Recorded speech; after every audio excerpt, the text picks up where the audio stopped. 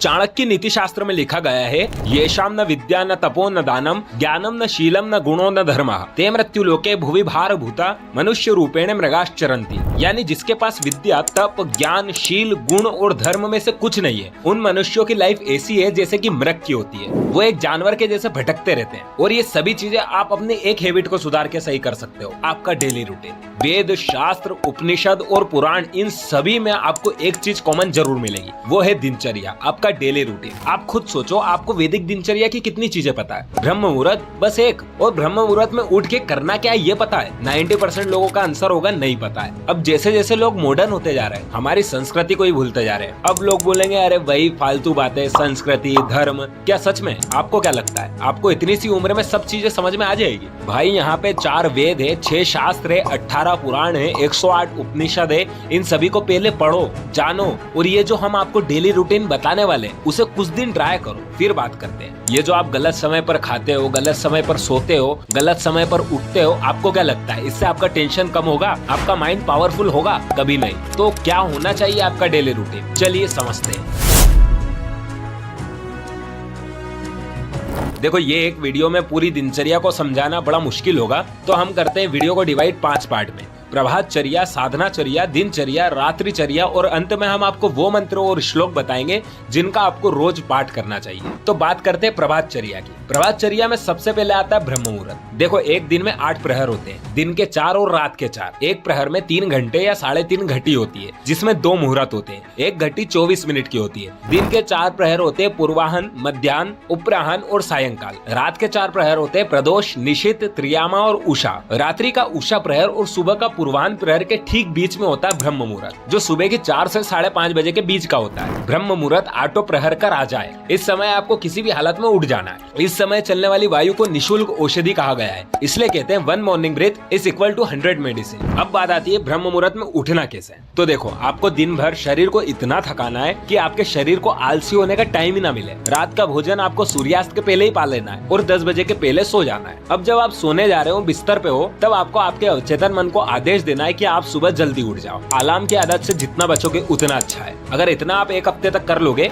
तो ब्रह्म मुहूर्त में डेली आराम से उठ जाओगे। इसके बाद आपको करना है कर दर्शन। जब आप अपने बिस्तर से उठो तो बिना आंखें खोले अपने दोनों हाथों को रगड़कर अपनी आंखों पर लगाओ और धीरे से अपनी आंखें खोलकर अपने दोनों हाथों की हथेलियों को देखते हुए ये मंत्र बोलो, कराग्रे वस्ते लक्ष्मी, कर मध्य सरस्वती, करमूले स्थितो ब्रह्मा, प्रभाते कर दर्शन। कई लोग ब्रह्मा की जगह गोविंदा भी कहते हैं, वो भी ठीक है। यानी हाथ के अग्रभाग में माँ लक्ष्मी है, मध्य में सरस्वती और मूल भाग में ब्रह्मा जी। इन सभी का मैं प्रातः काल दर्शन और वंदन करता हूँ। अब आपको धरती पर सीधा पैर रखना है। उससे पहले आपको धरती माँ से क्षमा मांगते हुए इस मंत्र को दोहराना है। समुद्र वसने देवी पर्वत स्तन मंडिते विष्णु पत्नी नमस्तुभ्यम पाद स्पर्शम क्षमस्व में। यानी समुद्र रूपी वस्त्रों को धारण करने वाली, पर्वत रूप स्तनों से मंडित भगवान विष्णु की पत्नी पृथ्वी देवी, आप मेरे पाद के स्पर्श होने से मुझे क्षमा करें। प्रातः स्मरण के और भी बहुत सारे मंत्र हैं, आप चाहो तो उन्हें भी पढ़ सकते हैं। लिंक आपको डिस्क्रिप्शन में मिल जाएगी। पर ये 2 तो आपको करना ही है। इतना करने के बाद आप कुछ पुशअप्स लगा लो, जिससे आपके शरीर से सारा तामस निकल जाए और आप सभी काम फुर्ती से करोगे। अब अपना बिस्तर सही करने के बाद आपको कुछ मांगलिक वस्तुओं को दर्शन करना है। सभी वस्तु यहाँ लिखी है, आप वीडियो को पॉज करके देख लीजिएगा। इसके बाद आपको अपने माता पिता और गुरु को प्रणाम करना है। इससे आयु, कीर्ति और बल की वृद्धि होती है। अब आता है उषापान। उषापान में आपको सोने से पहले ही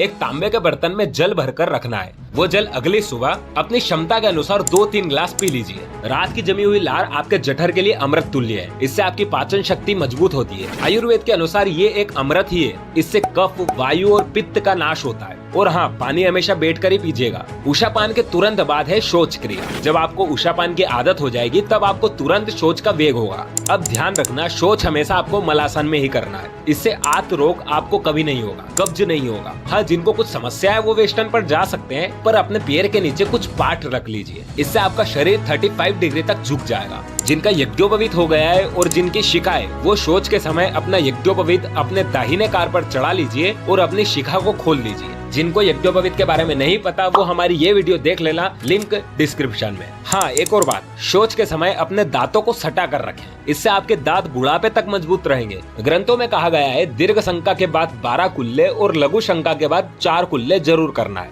अब आपको करना है दंत धावन, यानी दांतों की सफाई, वो भी दातुन से। जिसके लिए नीम, करंज, आंधी झाड़ा, दालचीनी और बबूल के पेड़ की दातुन का उपयोग सही होगा। आयुर्वेद के अनुसार दातुन से आपके दांत तो मजबूत होते ही है, साथ में बुद्धि, आयु और प्राण की भी वृद्धि होती है। ये जो आप टूथपेस्ट इस्तेमाल करते हैं, इन्हें यूज करना तुरंत बंद कर दो। ऐसे दंत मंजनों से केवल उम्र भर की अनेकों बीमारियां होती है, फायदे कुछ नहीं होते। किसी दिन जरा आप खुद रिसर्च करके देख लेना, समझ जाओगे। ये केवल कमाई का एक जरिया है। कई देशों में तो ये सब बैन है, पर भारत में सब जम के कमाई कर रहे हैं। बाकी तो आप खुद समझदार हो। पेस्ट तो क्या, टूथब्रश का भी इस्तेमाल आपके लिए हानिकारक हो सकता है। ज्यादातर तो रिसाइकल प्लास्टिक से बने होते हैं, जो आपके दांतों में माइक्रो प्लास्टिक छोड़ते हैं, जिससे आपको कैंसर तक हो सकता है। दांतों की सफाई के बाद है जिह्वा निर्लेखनम, यानी जीभ की सफाई। पहले तो आप टूथब्रश से अपने दांत साफ करते हैं और उसी से जिह्वा भी साफ करते हैं। ऐसा आपको नहीं करना है। अगर आप दातुन करते हैं तो दातुन को बीच में से तोड़ लीजिए और उसे टंग क्लीनर के शेप में लाकर उससे अपनी जीभ की सफाई कीजिए, या फिर सीधा सीधा टंग क्लीनर ले आइए। इसके बाद आपको करना है कवल गंडूश।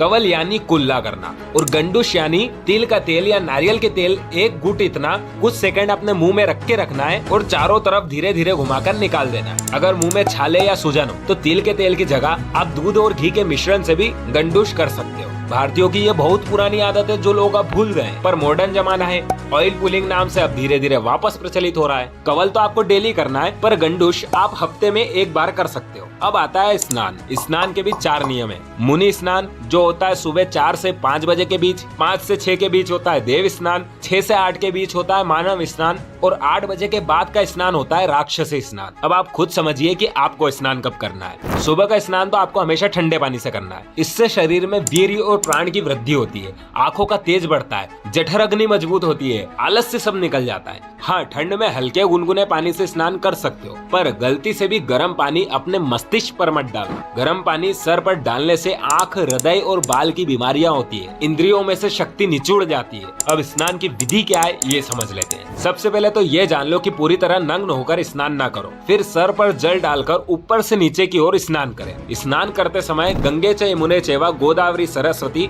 नर्मदे सिंधु कावेरी जलेस्मिन् सन्निधिं कुरु, इस मंत्र को दोहराओ। और हाँ, साबुन का इस्तेमाल नहीं करोगे तो ही ज्यादा बेटर है। अगर इस्तेमाल करना ही है तो आयुर्वेदिक इस्तेमाल करो। और मैं तो आपको कहता हूँ कि दूध, दही, मुल्तानी मिट्टी और हल्दी का इस्तेमाल करो। ये सभी आपके साबुन से सस्ती आती है, ना कि महंगी। और भी कुछ बेसिक नियम है जो ये रहे, वीडियो पोस्ट करके पढ़ लीजिएगा। अब अच्छे से स्नान करने के बाद आपको स्वच्छ कपड़े पहनना है। इसके बाद आएगा साधनाचर्या, जिसके बारे में हम आपको नेक्स्ट वीडियो में बताएंगे। तो आज की वीडियो में बस इतना ही। अगर कुछ डाउट हो तो टेलीग्राम की लिंक आपको डिस्क्रिप्शन में मिल जाएगी, जाकर ज्वाइन हो जाएगी। मैं मिलता हूँ आपको अगले खास वीडियो में। जब तक के लिए हरे कृष्ण।